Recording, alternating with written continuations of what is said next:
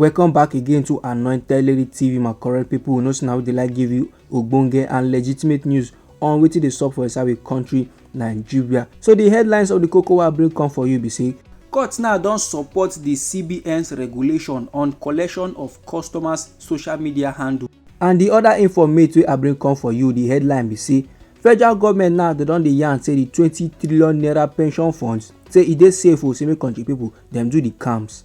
No be small matter, my correct people. Without wasting much of your time, sharply make I give you the full details of the koko wey dey sup for inside the country Nigeria. The Federal High Court wey dey sit down for inside Lagos don dey yarn o say the Central Bank of Nigeria with CBN, their regulation wey dey requires financial institutions to demand and collect the social media handles of their customers as part of the standard know your customer procedure. There should no be breach of the right to privacy o. Justice Nnamdi Dimba dismiss one suit like that wey dey filed by one Lagos-based lawyer. His name na Chris Ike. Now this lawyer dey demand a declaration that the regulation as contained in the section 6(a)(4) of the Central Bank of Nigeria Customer Due Diligence Regulation of the year 2023 say e dey undemocratic, e dey unconstitutional, e dey null and e dey void to the extent of its consistency with section 36 of the 1999 Constitution of the Federal Republic of Nigeria as amended. The applicant now come still pray give the court to make them for grant an order of perpetual injunction to bar the Central Bank of Nigeria with CBN from enforcing the regulation wey dey requires financial institutions to request customers their social media handles as part of the normal bank customer due diligence requirements dem. Now the Central Bank of Nigeria with CBN now for inside their response to the suit, they come file a notice of preliminary objection challenging the competence of the suit. The Apex Bank wey be CBN now come also disagree, say the said regulation dey constitute any interference with the private life of the applicant as dem take claim. Then Justice Nnamdi Dimba im come pass in judgment. Im come dey yarn o say the notice of preliminary objection im get merit, e make sense. So he come struck out the suit wey the Lagos-based lawyer be Chris Ike fight for the court.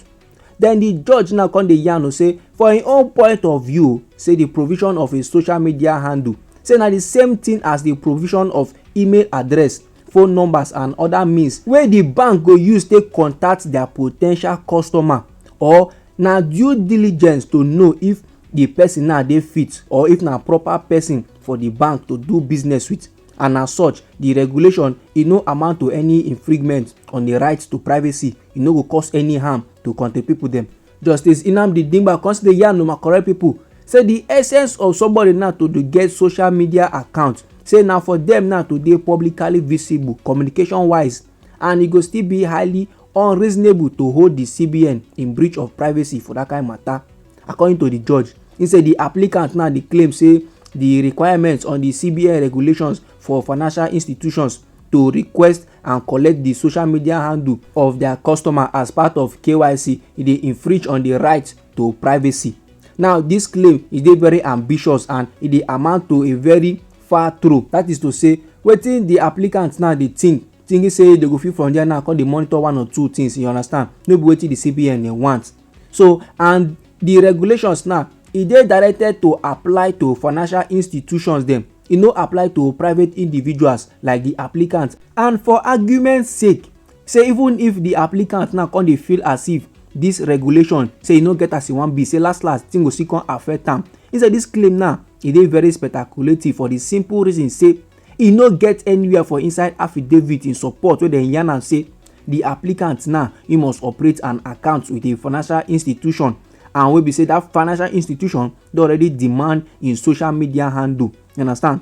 So the suggestion say this regulation go affect anybody on a negative level say e dey very speculative, and e no get any deposition to the effect, no evidence say any financial institution don begin dey implement this kind regulation. And even if dem implement am today, e no get any time wey be say the implementation don begin dey create gbas-gbos, don begin dey create yawa and inconvenience to the general public, wey be say na that time they go come consider this in suit now as public interest litigation. No be small matter, my correct people. Justice Nnamdi come still dey yarn o say assuming even the banks now don begin to implement these regulations, This applicant na assuming im don maintain any bank account or im don go open bank account wey be say the account now e come dey get one or two issues based on the requirements of the regulation wey talk say e must provide im social media handle as part of the KYC. Say that applicant now as im dey face all those yawa now by the regulation, say im still get choice which is to refuse to do business with any bank wey dey insist on the information as part of his social media handle, but to seek other alternative. So na so the koko be like, my correct people. Anyhow it be you for body, feel free make you drop am inside our comment section. Moving on to the next koko wey I bring come for you. Now say the Nigerian government don dey yarn say the country's 20 trillion naira pension fund say e dey safe and secure.